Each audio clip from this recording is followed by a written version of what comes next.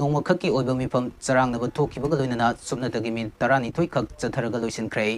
लमदम असिगी मियामना थाजनरंबा Asha पुमनमक मांख्रे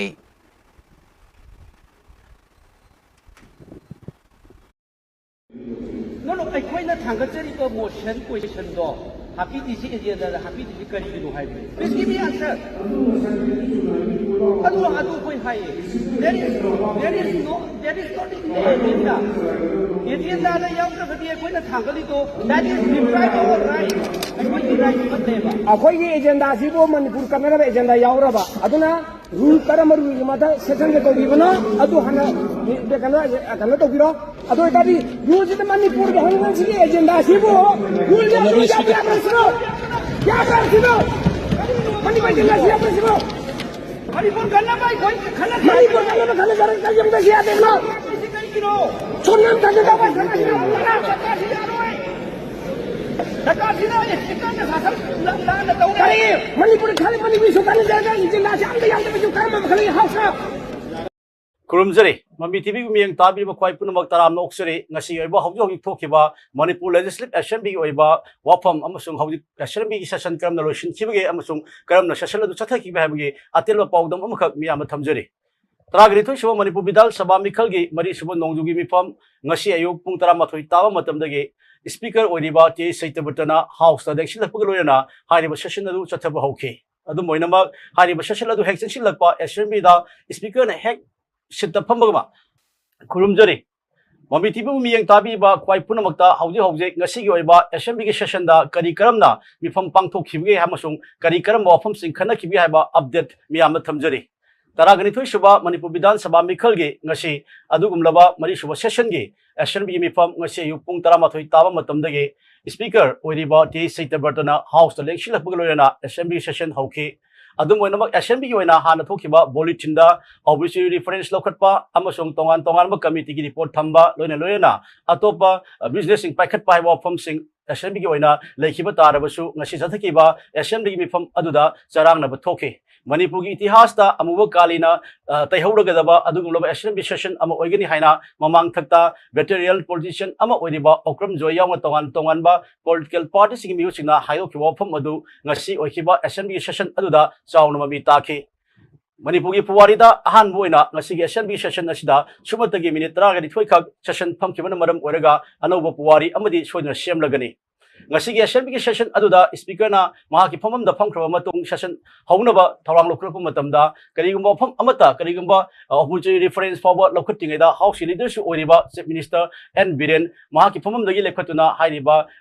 ngasi gi oiriba malamda masu tholiba issue si matangda wafam khara phongdonaba thawang tawrakhi matam aduda opposition gi oiriba opposition leader CLP gi sulusinba okram ibobi yaungna tongan ba opposition gi base pham leba opposition gi MLA manga masa gi sitagi phawatuna hairiba hauji chathagadoriba assembly session asi normal session la natragana emergency la natraga karam makhangi session no haibadu miyamda amasung house members singda mayek sengna khangal haiba wafam sing pukhalapugaloyana maikai animakta ayat akum taunakhi adumaina maikai animakta yedakhiba aduna maram oiraga house ta charangna bathoki adumoinamak opposition gi maikai di pukhalakhiba wafam sing tabalaitana chief minister N Birena hauji thoiba thodo si matangda wafam khara phongdona ba house ta thamke adumoinamak Sri Birena phongdoki basa hauji thomani pura thokliba irang asi aikoi tongan ba committee sing sembag loyana tongan ba court case myam leiba maramna hairiba report asi house to mapung phana thambada niyom kaigani court ki oiriba chana kanglon mayam amada ain gi miyang lei haiba wafam thamki adumoinamak opposition gi maike digi chathariba mifam asi aikoi Manipur praja miyam gi apam gi matung ina warep umba fawo lobu yaroidaba amasung house na niyam dan ba house ama oire constitution bushing da rehaba tongan wafam sin pukhalapana maram oiraga house ta charang na bathoki house ta charang na bathoki ba aduga mai lena obviously reference lokhatna ba thawang tawrakhi adu thawang adumusu obviously reference adu pina ba honda degi matamda Lamdam asida thokiba irang asi hena chauthokhanduna assembly muthatuna PR thamnaba Congress party na honari haina works minister Govindas Konthokjamna haikhre wafam asi ngasi assembly gi session loiraba matung DIPR gi conference room da pangthokiba pawmi singa unaba amada haikhibani Minister T.S. Basanta Kumar amadi Dr. S. Ranjan Susaruk yakiba pawgi mifam aduda Govindas Konthokjamna haikhi Hojik lebak asida thokliba thodok wathok asigi matangda nongma chupna khanaba yaba adu Congress Party na atamna House ki mifam chathandanaba honakiba amadi chathan khidaba asi laibak thibani ngasi nongmagi oiba assembly ki mifam horakpada House ki chatna kanglon oina Rule of Procedure Conduct of Business ki rule number 71 ki makhada speaker na business ki list lokhatlaba honarakpa matamda opposition ki maikaidagi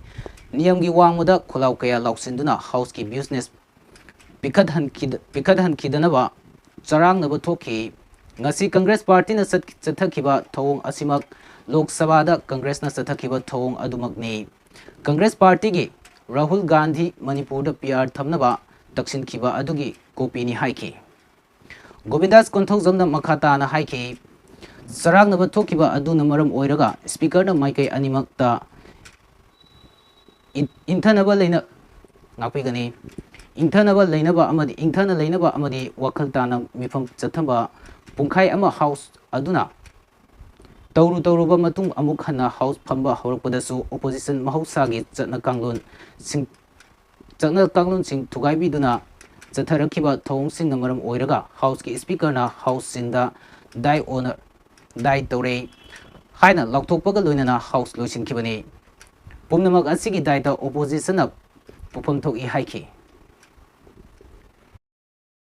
The power that Lao Konga, Labour Domasi, Mediana, Mediagi, Parumpang Loina, and Nabi Natari. Important word, Ziplay Diva, state issue chaos in the sea. Numit Chupama, Nasisi, Kanabuka, Kudung Sabama, I call it the whole world, Kudung Sabado, Opposition members in that, Lohan Kide, Aquina, Yam Alosona. Tauzari. Tasimamati mayam ubiram nagani Lok Sabha Congress ke leaders in Lawa Manipur da kari PR tham jabana Hajan Lawa madu same behavior dama ngasi ekoi house da repeat to wase ekoi paji hena la tibani hena ay amka sabna ay tham dare ngasi asi adubu honorable speaker na half an hour is all to our house. Amtang internal Kantamina Heraga, resume to the Heraga, opposition in my kind of hanging masu, ruling in my kind of point, Tanzani Bakayasu, a quay, Tamnadawi Kudum Saba, Amkalam Navidamata, half an hour is all to our masun, resume to Madan the soup. Honorable Speaker, na Hobola, Pamiro have opened. When Chair the Honorable Speaker, Lekala Matamda. Member including the leader of the house, Pangada. Masi by convention, the leader of Boni, Masi of Pangada. Adana Tanzania University, Asikuma Kurung Sa, Kayasing Asimahamre, Adu Matakta, Congress of Pamani, PR Tamba, Manipurta. Rahul Gandhi Masa Asupamba, Manipurta PR from the Northern. Adhiranjan Saudhuri, Lok Sabha ki leader, Congress ki, other ones who come Manipur Sida, Akoi Laiva, Constitution, the obligation to Namaxingasi, skip to Heraga, House is dissolved Toga, Piana, Navagi, Adumba Yamna, Akoi, Lagotiva, Dimana, Aymayanga, Sengoka Navagi. Media is Honorable Chief Minister on the floor of the House. Nasi Manipur Yoruba, Hibam Kaya, Aduga, Commission of Inquiry, Settlement issue chaos in the city, House under rule number 31. The Kanavia. Si mayam sing asi akoi nainagada was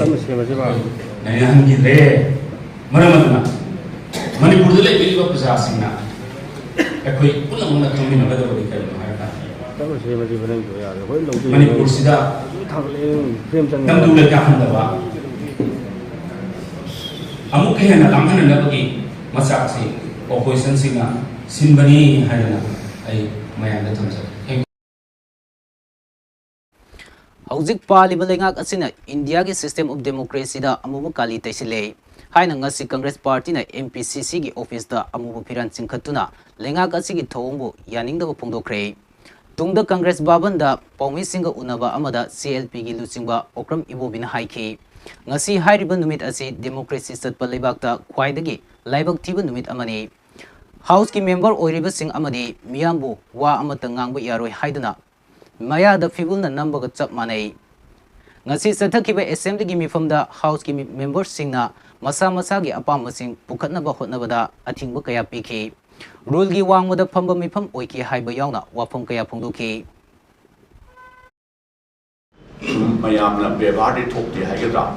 leiriba government sina pura opposition da na manipur lei praja ji akoina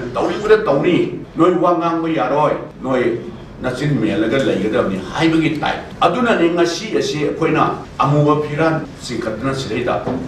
Indiagi democratic system of democracy systems in Nasi Tauriba state governments in Tauriba Monse Amuva Kalina Lehoragadova Adu Manumit Amani Haina Quanila Tiba democracy Satpada Haibatare. Honorable members in it Tonganba Public interest tani ko magi interest tani te question mayama mahamba yare half an hour discussion short duration discussion private member resolution Manipur ki territorial integrity kahan mesu yaro have se house da unanimously Manipur ki praja sing su pambiram gani masi lawraga enter the thaga da do madu punamukdo honorable MLA mangana tongan ba motion manga thongna thari ne censor se ado khana bide low bide Noina Tangalebo, Poshana Tangaleba, censor said, low is to hide there, low is to hide the agenda is right there. There is not a single announcement by the speaker. Lady Prazamayam, Chingi Prazamiam, Water Labor said, MG NRGSC, Han Hanjan Hare, Mokogi Prazam, Awab, Mayam Skita, Moki Pocket up with Salaxaka, MG NRGSC function said, Karai, utilization certificate P. the Handasu, central government should be House, the Madugi. Shooting in a Pudugi, I have a PBU, Lipibu, and a Pato Udra Mina, Moitara, Shelware, I see house in Young and Lobotan. Musikari Lake, Siso Prazada, Masi Aina Tamjahuri said, a come a intellectual circle, Mayam, the politics that come here, Moles review, Masi Logi Matumina, Constitution Matumina, Moise Sat by disqualified to go to the government in the kind of gas of a Assembly mifam gadaba pung karatamak watlingai mifam chatharingai amadi mifam loikraba matung kuki kulai 5 singna nongoi kapsinduna landarakpagi thodokta mioi manga nongoi maruna panduna soklei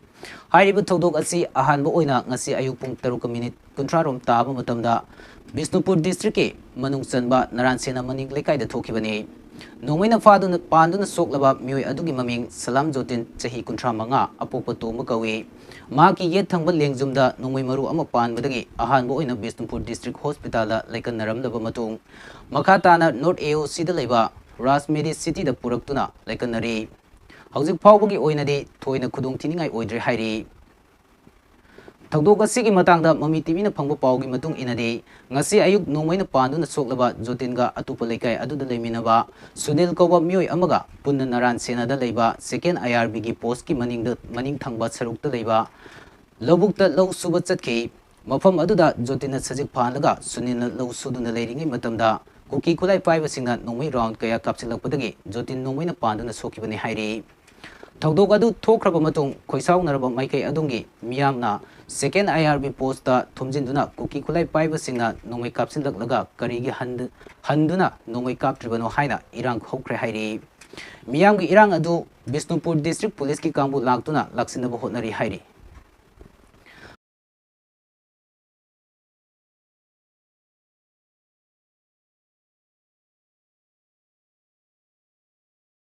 Ngarang nungdang pung nipan makhai dai da ko karogi khogi ka turbung gi sabal lekai da ko mayai sabal lekai da mogi khogi kuki lalhoba kanguna numai round 10 mu kape adu khogi khunga ko volunteer na ko khunga ko volunteer na numai halla kapada khogi umon jimen na moi capture ani ꯊꯥꯆꯤꯜꯂ ꯂꯩꯔꯒ ꯑꯁꯤ ꯇꯧꯔꯤꯕ ꯃꯑꯣꯡ ꯑꯁꯤ ꯃꯣꯏꯒꯤ ꯃꯤꯆꯪꯒꯤ ꯇꯥꯏꯞꯇ ꯍꯥꯏꯇꯥꯔꯦ ꯃꯣꯏꯅ ꯀꯥꯞꯄꯛꯄꯗꯗꯤ ꯑꯣꯟꯁꯤꯜꯂ ꯃꯣꯏꯔꯣꯝꯗꯗꯤ ꯈꯨꯠ ꯍꯟꯗꯔꯦ ꯑꯗꯨꯒ ꯑꯩꯈꯣꯏꯔꯣꯝꯅ ꯍꯦꯛ ꯆꯪꯉꯨꯔꯒꯅ ꯃꯣꯏꯅ ꯊꯠꯄ ꯃꯑꯣꯡꯗ ꯂꯩꯔꯦ ꯑꯗꯨꯒ ꯉꯁꯤꯒꯤ ꯑꯌꯨꯛꯀꯤ ꯄꯥꯎꯅ ꯑꯃꯨꯛ ꯑꯌꯨꯛꯀꯤ ꯄꯨꯡ 6:30 ꯑꯗꯥꯏꯗ ꯅꯔꯥꯟ ꯁꯦꯟꯅ ꯃꯅꯤꯡꯗ ꯂꯩꯕ ꯑꯩꯈꯣꯏꯒꯤ ꯂꯧ ꯆꯠꯄ ꯀꯥꯡꯕꯨ ꯍꯥꯏꯇꯥꯔꯦ ꯂꯧ ꯀꯥꯕ ꯃꯣꯏ ꯑꯅꯤ ꯑꯃꯅ ꯖꯣꯇꯤꯟ ꯆꯍꯤ 38 ꯀꯣ ꯑꯄꯣꯛꯄ ꯀꯩꯅꯣ ꯇꯣꯝꯕ ꯑꯗꯣ ꯃꯕꯥꯅꯤ ꯑꯗꯒꯤ ꯍꯩꯁꯅꯥꯝ ꯁꯨꯅꯤꯟ ꯃꯕꯥꯅꯤ ꯑꯗꯨ ꯂꯩꯒ ꯃꯄꯥꯅ ꯁꯟ ꯑꯣꯐ ꯍꯩꯁꯅꯥꯝ ꯏꯕꯣꯕꯤꯁꯛ ꯂꯦꯠ ꯑꯣꯏꯔꯦꯀꯣ ꯃꯕꯥꯅꯤꯁꯦ ꯂꯧ ꯍꯤꯗꯥꯛ ꯀꯥꯞ ꯆꯠꯄꯗ ꯅꯣꯡꯃꯩ ꯃꯈꯣꯟ ꯇꯥꯔꯛꯄꯗꯩ ꯁꯨꯅꯤꯟꯅ ꯂꯧꯔꯤ ꯃꯈꯥꯗ ꯄꯥꯛꯊꯔ ꯂꯩꯔꯗꯩ ꯁꯨꯅꯤꯟꯅ ꯄꯥꯛꯊꯔꯣ ꯍꯥꯏꯕꯗ ꯀꯩꯅꯣꯅ ꯖꯣꯇꯤꯟꯅ ꯃꯥꯅ ꯈꯪꯕꯣꯏ ꯂꯥꯛꯄꯣꯏ ꯀꯤꯕꯣꯏ ꯂꯥꯛꯄꯣꯏ ꯆꯦꯟꯕꯗ ꯃꯥꯏ ꯂꯦꯡꯖꯨꯝꯗ ꯄꯥꯟꯕꯅꯦꯕ ꯑꯗꯒꯤ ꯍꯧꯖꯤꯛꯁꯦ ꯃꯌꯥꯝꯒꯤ ꯃꯣꯞ ꯁꯥꯒꯠꯂꯛꯄꯗꯩ ꯚꯂꯟꯇꯤꯌꯥꯔ ꯀꯩꯀꯩ ꯂꯣꯏꯅ ꯍꯧꯖꯤꯛꯁꯦ ꯍꯥꯏꯒꯠꯄꯗ ꯁꯤꯈ ꯀꯥꯡꯕꯨꯅ ꯊꯤꯡꯗꯅ ꯑꯩꯈꯣꯏꯒꯤ ꯃꯔꯛꯇ ꯃꯥꯏꯀꯩ ꯑꯅꯤꯁꯤ ꯃꯔꯛꯇ ꯈꯤꯇꯪ ꯆꯌꯦꯠꯅꯕ ꯁꯤꯈ ꯔꯦꯖꯤꯃꯦꯟꯅ ꯊꯤꯡꯉꯤꯁꯦ ꯀꯗꯥꯏ ꯖꯒꯥꯗꯅꯣ ꯃꯊꯛꯇ ꯆꯤꯡꯈꯣꯡꯗ ꯆꯤꯡꯈꯣꯡꯁꯦ ꯖꯒꯥꯁꯦ ꯀꯩ ꯍꯥꯏꯒꯗꯒꯦ ꯆꯤꯡꯈꯣꯡꯁꯦ ꯃꯣꯏ ꯅꯔꯥꯟꯁꯦꯟ ꯃꯅꯤꯡ ꯍꯥꯏꯇꯥꯔꯦ ꯅꯔꯥꯟꯁꯦꯟ ꯆꯤꯡꯈꯣꯡ ꯑꯗꯨꯝ ꯍꯥꯏꯇꯥꯔꯦ ꯑꯗꯩꯗ ꯑꯩꯈꯣꯏ ꯁꯦꯀꯦꯟ ꯑꯥꯏ.ꯑꯥꯔ.ꯕꯤꯒꯤ ꯄꯣꯁ ꯑꯃꯁꯨ ꯂꯩꯕ꯭ꯔꯣ ꯂꯩ ꯁꯦꯀꯦꯟ ꯑꯥꯏ.ꯑꯥꯔ.ꯕꯤꯅꯦ ꯁ꯭ꯇꯦꯠ ꯐꯣꯔꯁꯀ ꯄꯨꯂꯞ ꯀꯥꯈꯠꯂꯒ ꯆꯠꯄꯗꯅꯤ ꯁꯤꯈ ꯔꯦꯖꯤꯃꯦꯟꯅ ꯊꯤꯡꯉꯤꯁꯦ ꯑꯗꯨꯒ ꯑꯩꯈꯣꯏꯒꯤ ꯏꯃꯥ ꯏꯕꯦꯟ ꯃꯌꯥꯝ ꯍꯧꯔꯦ ꯁꯣꯛꯏꯗꯨ ꯇꯧꯗꯨꯗ ꯃꯣꯏꯅ ꯍꯧꯖꯤꯛ ꯁꯤꯈ ꯀꯥꯡꯕꯨꯅ ꯑꯃꯨꯛ ꯍꯥꯏꯔꯤꯁꯤꯅ ꯍꯧꯖꯤꯛꯁꯦ ꯅꯥꯀꯜ ꯑꯩꯈꯣꯏ ꯁꯣꯝꯗꯒꯤ ꯃꯩꯇꯩ ꯚꯂꯟꯇꯤꯌꯥꯔ ꯀꯥꯡꯕꯨꯅ ꯂꯧ ꯀꯥꯕꯗꯤ ꯀꯥꯈꯠꯂꯛꯀꯅꯨ ꯍꯥꯏ ꯑꯗꯨꯒ ꯁꯣꯝꯗꯒꯤ ꯑꯃꯨꯛ ꯍꯦꯛ ꯀꯥꯔꯛꯄꯗ ꯅꯣꯏꯅ ꯍꯦꯛ ꯅꯣꯡꯃꯩ ꯀꯥꯞꯄ ꯍꯧꯔꯗꯤ ꯈꯨꯠ ꯊꯥꯅꯤ ꯍꯥꯏꯔꯦ ꯑꯗꯨꯒ ꯆꯤꯡꯃꯤ ꯏꯆꯤꯜ ꯏꯅꯥꯎꯁꯤꯡꯅ ꯍꯦꯛ ꯀꯥꯞꯄꯛꯄꯗꯗꯤ ꯃꯣꯏ ꯈꯨꯠ ꯍꯟꯗꯦ ꯑꯗꯨꯅ ꯄꯨꯔꯥ ꯃꯣꯏꯒꯤ ꯃꯤꯆꯪ ꯆꯪꯉꯤ ꯁꯤꯗꯤ ꯑꯗꯨꯝ ꯆꯨꯝꯃꯕ ꯋꯥꯐꯝꯅꯦꯕ ꯍꯧꯖꯤꯛ ꯐꯥꯎꯗꯤ ꯀꯔꯝꯕ ꯐꯤꯕꯝ ꯂꯩꯔꯤ ꯍꯧꯖꯤꯛ ꯑꯣꯏꯔꯤꯕ ꯐꯤꯕꯝꯁꯤ ꯏꯃꯥ ꯏꯕꯦꯟ ꯃꯌꯥꯝ ꯀꯦꯅꯦꯜꯗ ꯂꯩꯔꯤ ꯑꯗꯨꯒ ꯍꯧꯖꯤꯛ ꯂꯩꯔꯤꯕ ꯚꯂꯟꯇꯤꯌꯥꯔ ꯃꯣꯏ ꯑꯁꯣꯝꯗꯒꯤ ꯑꯃꯨꯛ ꯅꯣꯡꯃꯩ ꯔꯥꯎꯟ 5-6 ꯃꯨꯛ ꯍꯧꯖꯤꯛ ꯑꯃꯨꯛ ꯀꯥꯞꯊꯔꯛꯏꯕ ꯍꯧꯖꯤꯛ ꯍꯥꯏꯁꯦ ꯄꯨꯡ ꯑꯩꯈꯣꯏ 10 ꯃꯈꯥꯏ ꯑꯗꯥꯏꯗ ꯑꯣꯏꯗꯣꯏꯔꯥ 10 ꯃꯈꯥꯏ ꯑꯗꯥꯏꯗ ꯃꯗꯨꯗꯗꯤ ꯃꯣꯏ ꯍꯧꯖꯤꯛ ꯂꯩꯔꯤꯕ ꯁꯦꯀ꯭ꯌꯨꯔꯤꯇꯤ ꯀꯨꯃꯥꯔ ꯔꯦꯖꯤꯃꯦꯟ ꯑꯗꯒꯤ ꯁꯦꯀꯦꯟ ꯑꯥꯏ.ꯑꯥꯔ.ꯕꯤꯒꯤ ꯀꯥꯡꯕꯨꯗꯤ ꯍꯟꯕ ꯂꯩꯕ꯭ꯔꯣ ꯂꯩꯇꯦ ꯑꯗꯨꯝ ꯆꯌꯦꯠꯅ ꯂꯩꯔꯤ ꯃꯣꯏꯅ ꯀꯥꯈꯠꯀꯦ ꯍꯥꯏꯕ ꯁꯦꯀꯦꯟ ꯑꯥꯏ.ꯑꯥꯔ.ꯕꯤ ꯀꯥꯡꯕꯨꯁꯨ ꯍꯥꯏꯒꯠꯀꯦ ꯍꯥꯏꯕ ꯑꯗꯒꯤ ꯑꯩꯈꯣꯏ ꯃꯅꯤꯄꯨꯔꯒꯤ ꯁ꯭ꯇꯦꯠ ꯐꯣꯔꯁꯁꯨ ꯍꯥꯏꯒꯠꯀꯦ ꯍꯥꯏꯕ ꯂꯣꯏꯅ ꯍꯧꯖꯤꯛ ꯀꯦꯅꯦꯜꯗ ꯍꯥꯏꯒꯠꯂ ꯂꯩꯅꯔꯤ ꯑꯗꯨꯒ ꯍꯧꯖꯤꯛꯁꯦ ꯌꯥꯝ ꯂꯨꯔꯤꯕ ꯑꯃꯅ ꯍꯧꯖꯤꯛ ꯁꯦꯟꯇ꯭ꯔꯦꯜꯒꯤ ꯂꯥꯛꯏꯕ ꯐꯣꯔꯁ ꯀꯥꯡꯕꯨ ꯑꯗꯨ ꯃꯔꯨꯑꯣꯏꯅ ꯍꯧꯖꯤꯛ ꯑꯗꯨꯅ ꯃꯌꯥꯝ ꯄ꯭ꯔꯖꯥ ꯃꯌꯥꯝꯅ ꯈꯨꯟ ꯍꯧꯔꯒ ꯊꯅꯥꯄꯣꯛꯄꯤꯒ ꯅꯔꯥꯟ ꯁꯦꯟꯅꯒ ꯇꯥꯏꯅꯕꯗ ꯃꯣꯏ ꯁꯤꯈ ꯔꯦꯖꯤꯃꯦꯟ ꯀꯩꯀꯩ ꯆꯠꯊꯣꯛ ꯆꯠꯁꯤꯟ ꯇꯧꯗꯅꯕ ꯍꯧꯖꯤꯛ ꯀꯦꯅꯦꯜ JCBꯅ ꯍꯧꯖꯤꯛ ꯇꯧꯈꯥꯏꯈꯔꯦ JCB ꯇꯧꯈꯥꯏꯈ꯭ꯔꯦꯕ ꯊꯥꯗꯠꯈꯔꯦ ꯍꯧꯖꯤꯛ ꯃꯣꯏꯒꯤ ꯀꯦꯅꯦꯜꯒꯤ ꯕꯤꯁꯦꯝꯄꯨꯔ ꯀꯦꯅꯦꯜꯒꯤ ꯃꯄꯥꯗꯨꯗ ꯊꯅꯥꯄꯣꯛꯄꯤꯒ ꯅꯔꯥꯟ ꯁꯦꯟꯅꯒ ꯐꯥꯎꯅꯕ ꯀꯦꯅꯦꯜꯁꯦ ꯍꯧꯖꯤꯛ ꯃꯣꯏ ꯑꯁꯤꯗ ꯉꯥꯏꯍꯥꯛ ꯂꯩꯇ ꯃꯣꯏ ꯁꯤꯈ ꯔꯦꯖꯤꯃꯦꯟ ꯑꯦꯅꯤ ꯁꯦꯟꯇ꯭ꯔꯦꯜ ꯐꯣꯔꯁꯁꯦ ꯆꯠꯊꯣꯛ ꯆꯠꯁꯤꯟ ꯇꯧꯕꯅꯦꯕ ꯑꯗꯨ ꯆꯠꯊꯣꯛ ꯆꯠꯁꯤꯟ ꯇꯧꯕꯗꯣ ꯍꯧꯖꯤꯛꯇꯤ ꯑꯗꯨ ꯆꯠꯊꯣꯛ ꯆꯠꯁꯤꯟ ꯇꯧꯗꯅꯕ ꯁꯥꯎꯔꯕ ꯃꯌꯥꯝꯅ ꯀꯩꯅꯣ ꯇꯧꯔꯦ ꯍꯧꯖꯤꯛꯇꯤ ꯍꯧꯖꯤꯛ ꯀꯦꯅꯦꯜ ꯂꯣꯏꯅ JCB ꯂꯅꯥꯏ ꯇꯧꯔꯀꯥꯟꯗ JCB ꯇꯧꯔꯒ ꯀꯦꯅꯦꯜ ꯊꯥꯗꯠꯈꯔꯦ ꯍꯧꯖꯤꯛꯇꯤ ꯀꯌꯥꯃꯨꯛ ꯐꯨꯠ ꯀꯌꯥꯃꯨꯛ ꯆꯥꯎꯕ ꯐꯤꯠ ꯌꯥꯝꯗ꯭ꯔꯕꯗ ꯐꯤꯠ 10 ꯇꯥꯔꯔꯣꯏ 10-20 ꯃꯨꯛ ꯍꯥꯏꯇꯥꯔꯦ ꯃꯣꯏ ꯒꯥꯔꯤ ꯂꯥꯟꯕ ꯌꯥꯗꯅꯕ ꯍꯣꯏ ꯐꯔꯦ ꯄꯨꯡ ꯑꯗꯨꯗꯤ ꯃꯈꯥ ꯇꯥꯕ ꯄꯥꯎ ꯃꯈꯥ ꯇꯥꯕ ꯄꯥꯎ ꯑꯃꯨꯛ ꯑꯩ ꯍꯥꯏꯖꯔꯛꯀꯦ ꯍꯣꯏ ꯊꯦꯡꯛꯌꯨ ꯊꯧꯗꯣꯛ ꯑꯗꯨ ꯊꯣꯛꯈ꯭ꯔꯕ ꯃꯇꯨꯡ ꯄꯨꯡ 11:19 ꯔꯣꯝ ꯇꯥꯕ ꯃꯇꯝꯗ ꯅꯔꯥꯟ ꯁꯦꯟꯅ ꯃꯅꯤꯡ ꯂꯩꯀꯥꯏꯗ ꯀꯨꯀꯤ ꯈꯨꯠꯂꯥꯏ ꯄꯥꯏꯕꯁꯤꯡꯅ ꯑꯃꯨꯛ ꯍꯟꯅ ꯅꯣꯡꯃꯩ ꯀꯥꯞꯁꯤꯜꯂꯛꯄꯗꯒꯤ ꯃꯥꯏꯀꯩ ꯑꯅꯤꯃꯛꯇ ꯑꯀꯟꯕ ꯃꯑꯣꯡꯗ ꯈꯨꯠ ꯊꯣꯛꯅꯔꯤ ꯍꯥꯏꯔꯤ ꯀꯨꯀꯤꯁꯤꯡꯅ ꯀꯥꯞꯁꯤꯜꯂꯛꯈꯤꯕ ꯅꯣꯡꯃꯩ ꯃꯔꯨꯅ ꯄꯥꯟꯕꯗ ꯈꯨꯟꯖꯥ ꯅꯨꯄꯥ ꯑꯃꯁꯨ ꯅꯣꯡꯃꯩ ꯃꯔꯨꯅ ꯄꯥꯟꯗꯨꯅ ꯁꯣꯛꯂꯦ ꯍꯥꯏꯔꯤ ꯁꯣꯛꯂꯕ ꯃꯤꯑꯣꯏ ꯑꯗꯨꯒꯤ ꯆꯞ ꯆꯥꯕ ꯃꯁꯛ ꯃꯃꯤꯡꯗꯤ ꯈꯪꯕ ꯉꯝꯗ꯭ꯔꯤ ꯑꯁꯣꯛꯄ ꯑꯗꯨ ꯍꯧꯖꯤꯛ ꯖꯦꯅꯤꯝꯁꯇ ꯂꯩꯀꯠꯅꯔꯤ ꯃꯍꯥꯛꯀꯤ ꯑꯣꯏ ꯊꯪꯕ ꯈꯣꯡꯗ ꯅꯣꯡꯃꯩ ꯃꯔꯨ ꯑꯃ ꯄꯥꯟꯕꯒꯤ ꯗꯥꯛꯐꯝ ꯂꯩ ꯍꯥꯏꯔꯤ ꯊꯧꯗꯣꯛ ꯑꯗꯨ ꯊꯣꯛꯂꯦ ꯍꯥꯏꯕ ꯄꯥꯎ ꯇꯥꯕꯗꯒꯤ ꯊꯧꯗꯣꯛ ꯊꯣꯛꯐꯝꯗ ꯑꯍꯦꯟꯕ ꯁꯦꯀ꯭ꯌꯨꯔꯤꯇꯤ ꯐꯣꯔꯁꯁꯤꯡ ꯊꯨꯝꯖꯤꯟꯈꯤ ꯃꯈꯥ ꯇꯥꯅ ꯅꯨꯡꯊꯤꯜ ꯄꯨꯡ 1 ꯄꯨꯡ 2:30 ꯍꯦꯜꯂꯛꯄ ꯐꯥꯎꯕ ꯃꯥꯏꯀꯩ ꯑꯅꯤꯃꯛꯇ ꯈꯨꯠ ꯊꯣꯛꯅꯕꯗꯁꯨ ꯈꯨꯟꯖꯥ 3 ꯑꯁꯣꯛ ꯑꯄꯟ ꯅꯪꯈꯤ ꯁꯣꯛꯂꯕꯁꯤꯡ ꯑꯗꯨ ꯁꯤꯖ ꯍꯣꯁꯄꯤꯇꯥꯜ ꯂꯥꯡꯒꯣꯜ ꯑꯃꯗꯤ ꯔꯥꯖꯃꯦꯗꯤ ꯁꯤꯇꯤꯗ ꯂꯩꯀꯠꯅꯔꯤ ꯍꯧꯖꯤꯛꯁꯨ ꯃꯥꯏꯀꯩ ꯑꯅꯤꯃꯛꯇ ꯈꯨꯠ ꯊꯣꯛꯅꯕ ꯑꯗꯨꯗ ꯀꯨꯀꯤꯁꯤꯡ ꯃꯥꯏꯀꯩꯗ ꯃꯤꯑꯣꯏ 2 ꯁꯤꯕꯒꯤ ꯂꯣꯏꯅꯅ ꯈꯔꯅ ꯑꯁꯣꯛ ꯑꯄꯟ ꯅꯪꯂꯝꯕ ꯌꯥꯏ ꯍꯥꯏꯔꯤ ꯑꯗꯨꯝ ꯑꯣꯏꯅꯃꯛ ꯆꯞ ꯆꯥꯕ ꯄꯥꯎꯗꯤ ꯐꯪꯕ ꯉꯝꯗ꯭ꯔꯤ ꯄꯟꯕ ꯌꯥꯕꯗꯤ ꯉꯔꯥꯡ ꯅꯨꯃꯤꯗꯥꯡ ꯄꯨꯡ 9:30 ꯔꯣꯝ ꯇꯥꯕ ꯃꯇꯝꯗꯁꯨ ꯀꯨꯀꯤ ꯈꯨꯠꯂꯥꯏ ꯄꯥꯏꯕꯁꯤꯡꯅ ꯇꯣꯔꯕꯨꯡ ꯃꯌꯥꯏ ꯂꯩꯀꯥꯏ ꯍꯥꯏꯔꯒꯁꯨ ꯈꯪꯅꯕ ꯇꯣꯔꯕꯨꯡ ꯁꯕꯜꯗ ꯅꯣꯡꯃꯩ ꯀꯥꯞꯁꯤꯜꯂꯛꯄꯗꯒꯤ ꯃꯐꯝ ꯑꯗꯨꯗ ꯉꯥꯛ ꯁꯦꯜꯂꯤꯕ 13 ꯁꯨꯕ ꯀꯨꯃꯣꯟ ꯔꯦꯖꯤꯃꯦꯟ ꯑꯃꯗꯤ ꯈꯨꯟ ꯉꯥꯛꯄ ꯈꯨꯟꯖꯥꯁꯤꯡꯅ ꯍꯟꯗꯨꯅ ꯃꯥꯏꯀꯩ ꯑꯅꯤꯃꯛꯇ ꯄꯨꯡ 1 ꯆꯨꯞꯅ ꯈꯨꯠ ꯊꯣꯛꯅꯈꯤꯕꯅꯤ ꯑꯗꯨꯝ ꯑꯣꯏꯅꯃꯛ ꯃꯥꯏꯀꯩ ꯑꯅꯤꯃꯛꯇ amata yaukiba leite hairi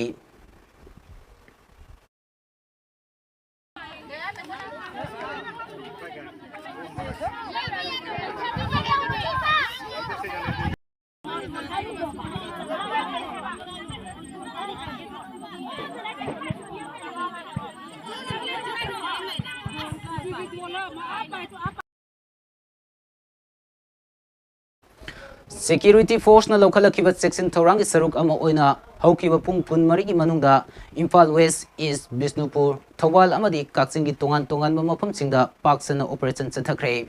operation adugi saruk ama oina Imphal East amadi Bisnupur district ta chathakiba operation da tongan ba nomai macha taruk kapa yariba maru manga phagat pangamle haina Manipur Police Control Room dagi tadorok jerol amana hairi jerol aduna makha taribadi ngarang tongan ba mafam singdagi RPF PLA gi lanmi ama NACN IM gi lanmi ama KCP lamyan ba khuman gi OWG2 su phagat pangam ki loinana tongan ba mafam chamaga kunma panda hangliba check post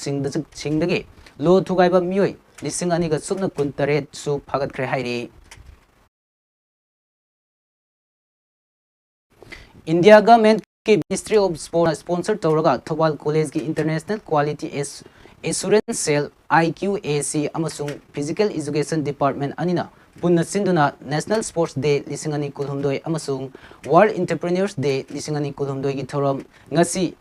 college असि की multipurpose hall द पांगथोखरे थौरम अदुदा Thoubal college की principal professor W Bina देविना अथोब मिथुंग Thoubal college teachers association TCTA की प्रेसिडेंट S इबोयाइम सिंगना थौरम मपु अदुगा कॉलेज असि की IQAC की कोऑर्डिनेटर डॉक्टर KH जुगेंद्रो सिंगना अखन्नब मिथुंग सिंग ओइना सरुक याखी थौरम सिंग अदु पांगथोकगी मतंगदा इग्नौ थौबाल कॉलेज की कोऑर्डिनेटर डॉक्टर KH नवचंद्रना नुंगी ओइबो वारोल पिखी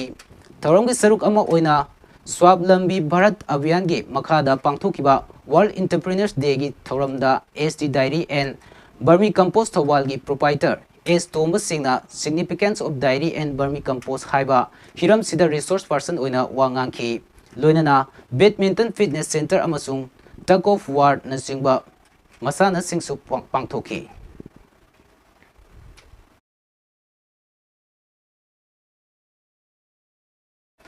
हौजिक लमदम असिदा ओरिबा इरांग असिगी मरि लेनना ngarang numidang chief minister N Birena mahaki office general office commanding in chief of Indian Army Eastern Command Lieutenant General RP Kalita yauna atei official sing kauduna wari sanakre wari sanaba aduda hojik oriba irang asida Manipur miyam da cooperation pinaba wafam chief minister gi maikai dagi thamki hairi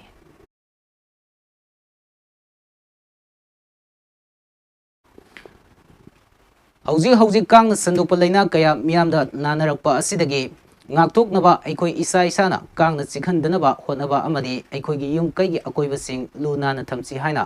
district malaria office thawal gi malaria technical supervisor TH Romena miyamda appeal tawrakli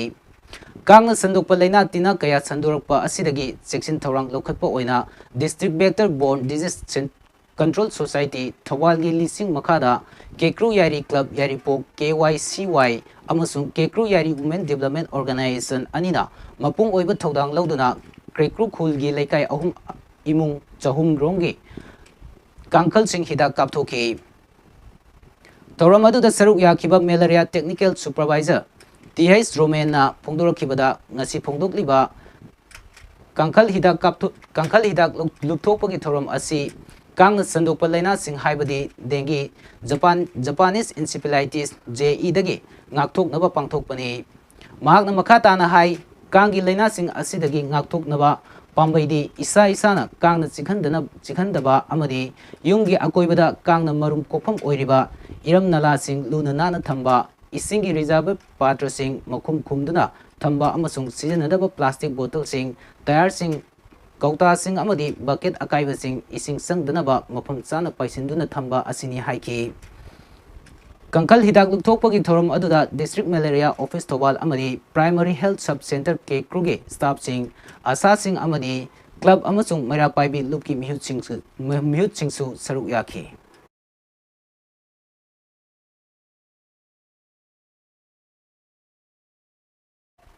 Hauzik Chathariba Taranithoi Suba Manipur Legislative Assembly gi Mari Suba Session da Manipur gi apunba saktam thugaina ba hotnariba lamhen tuhenba kuki terrorist singbu maru phangna muthatnaba akaknaba matam ama warep logduna miyam da lokthokpiu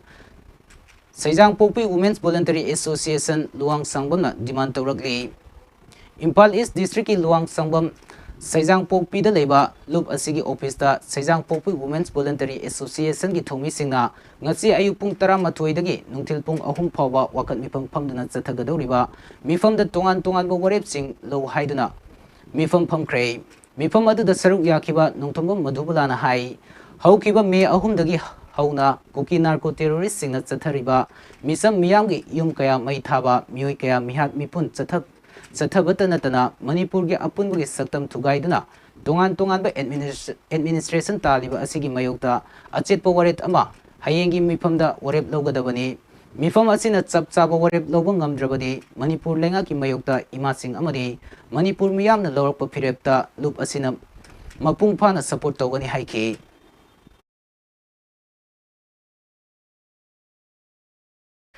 Farmer Interest Group FIG Singi Member Singi Oiba Bookkeeping amasung Account Management ki Training Program ama ngasi Chandel District ki Punel Sambum Village Community Hall da pangthokre Diocesan Social Service Society DSSS na Mission Organic Chain Development for Northeastern Region MOV CDNER Phase ahung gi makada Manipur Organic Mission Agency MOMA Horticulture and Soil Conservation Department, Government of Manipur ki Tengbang Galoinana, Pangthokiba Training Program aduda Kulpu, Benedict Konai, Chairman Rumril Farmer Producer Company Amasung, K. Anthony Kaisang Field Inspector Amasung, Messenger Community Trainer na, Akang Ahay Sing Oina Takpi Tambiki. FIG Sing the Organic Oiba Potok Sing Potok Tuna, Makoi gi imung manung gi senmitun phagathan bagidamak moma gi makada matam gi mahai marong organic oiba mawongda thabagi lokpagi amasung liduna thambagi training sing piduna takhi FIG singi financial management crop management financial transparency thamnanaba amasung group decision making lehenaba training asi FIG member singda pibani hairi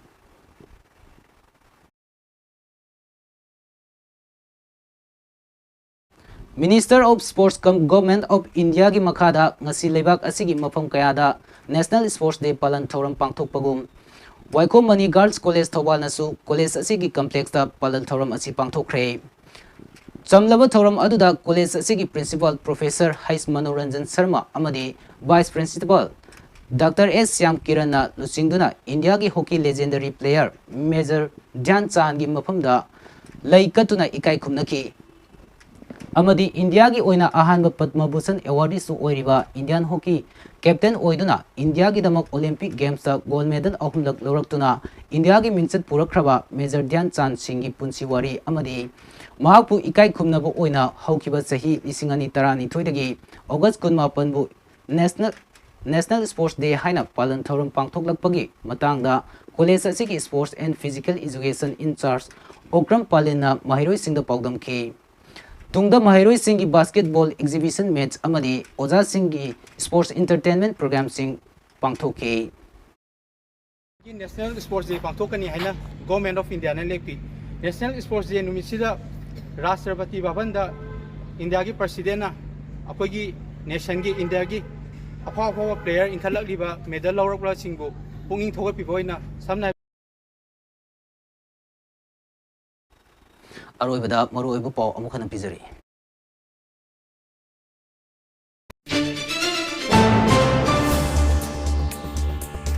Taraga nithoi suba Manipur Legislative Assembly gi mari suba numakhaki oina mifam chatharang naga thokibaga loinana sumnatagi minute 10 nithoi khak chatharaga loisinkhre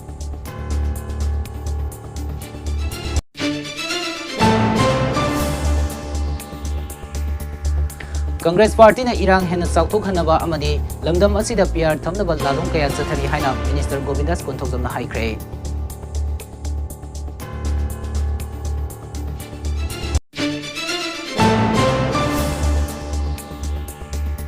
Lengak asigi thawongna India gi system of democracy da amubu kali taisi le haiduna Congress na amubu pirang chingkhakre lengak tasu moral kaya sikre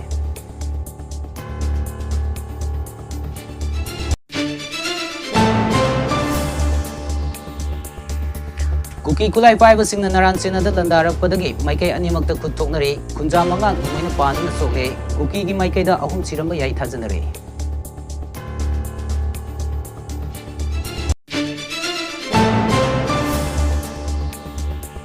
amadi operation sathaduna nongoi taruk maru manga amadi tongan ba lalhuluk singi lami mari phagatkre